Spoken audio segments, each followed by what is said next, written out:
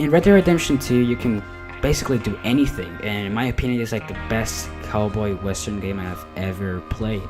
Like, I mean, have you ever seen a cowboy game which you can go fishing, you can go hunting, you can go rob banks, you can go rob a train, you can go rob a stage wagon?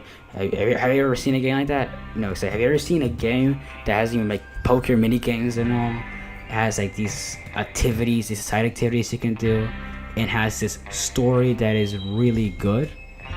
Exactly. Red Dead does the impossible. Not only is it a beautiful game with like it's just a gorgeous graphic. I have a 4-year-old PS4, and this is like a new game, and it is running really smoothly. It just runs phenomenal. But what I really liked about this game is the story. The story changes by time to time. You got these memorable characters like Arthur Morgan, your protagonist. You got John Marston, you got Abigail Marston, you got Jack Marston, you got Dutch Van Der Linde, you got Hosea, you got Michael Bell. You got so many characters that are so interesting in this game. But here's the thing. From time to time in each chapter, more characters appear every single chapter, which are even more interesting, and which basically leads you to ask the question, are they going to live or are they going to die?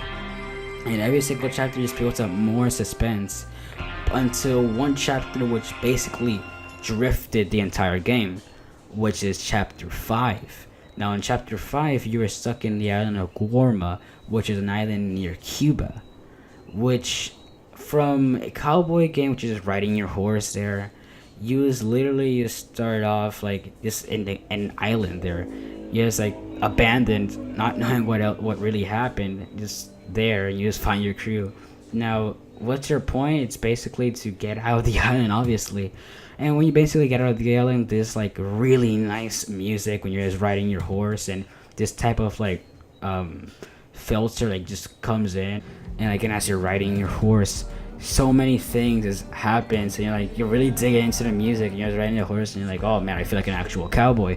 And so many things happen. Even in chapter 6, the final chapter, it turns like a really huge thing. You basically learn that Michael Bell is using Dutch Van Der Linde, and Dutch Van Der Linde becomes a more changed person ever since he was in the island of Gorma.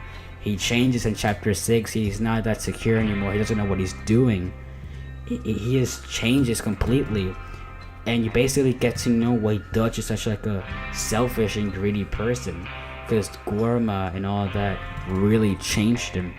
And it just makes the story more compelling. And it just makes probably the Dutch the most compelling antagonist of all time. And possibly the best antagonist of all time. Because you get to know why he got so like frustrated and all, and why does he cares little about these people that he's been writing with for like 20 years, which is a really good story, you know. It is really good. And then you get to the final scene, which you're basically beaten up by Michael Bell, and you're basically dying because you have tuberculosis. You know, it just really, it does like a really huge drift, and you're basically dead in the ground. And it's like this pretty beautiful imagery, and there's like this deer image coming into you, and it's really nice how they set it up. But then you have the epilogue, which basically continues John Marston's family. I mean, his journey. And here's the thing: I really wish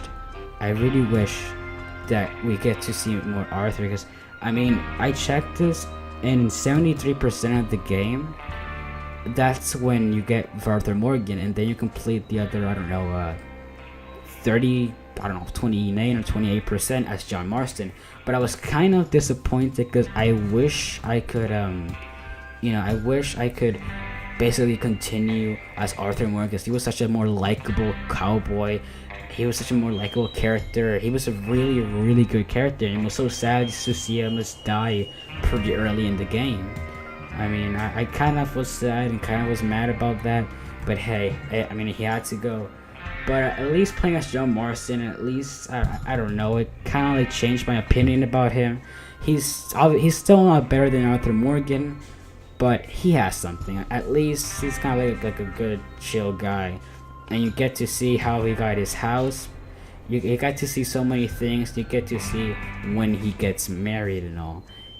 it is a really good game. I like its story. It is long and it's also really, I guess you can say, compelling and complex at the same time. So after all this talking of, how good, just mostly the story, because the story is something else. I'm gonna give this game easily a 10 out of 10. Like, actually, no, scratch that. 20,000 out of 10. It is just so good. It is such a memorable game, and I might look forward to playing it all again, all those 60 hours again. Yeah, it's pretty long. So yeah, until next time.